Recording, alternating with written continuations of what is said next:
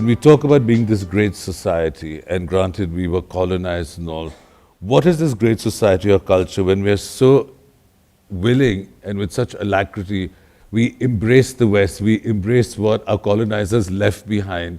We judge our own if they don't match up to this, where they don't feel comfortable enough. So perhaps you can help me resolve this constant confusion I have in terms of where we as a culture, why have we done this to ourselves? We need to understand the difference between conquest and colonization. Conquest is to beat somebody down and sit on top of their heads. Colonization is to convert people into your way so that they'll serve you without thinking they're serving you. So some of the things which were the strengths of the nation were clearly marked out by the British. You must see the letters that Macaulay wrote to the Parliament. So he said, there are three things which makes India to be a place which is impossible to be conquered. One thing is its education system, another thing is its spiritual process, another thing is its family and cultural strength.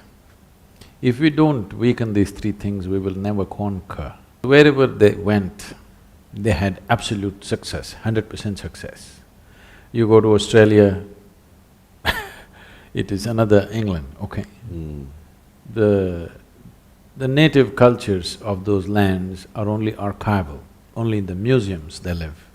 In many parts of Africa, South America, North America, everywhere, they have absolute success. The only place where they did not succeed, though you and me are speaking English language today, they did not succeed entirely here. Because one thing is the spiritual process was so strong, the ethos of spirituality.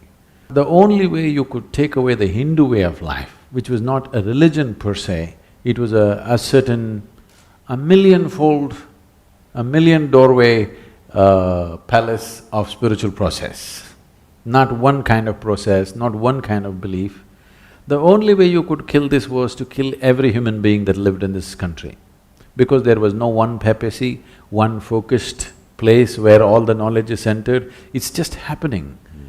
Decentralized, completely decentralized. So it's because of this you still have some India left. That's the only reason. Otherwise in 250 to 300 years' time is a long enough time to subjugate people and change everything about them. It's a matter of 8 to 10 generations of people. Everything can be wiped out in 10 generations. The only place where they have not succeeded is India, though you became a little bit of a sahib. Too much so, regretfully.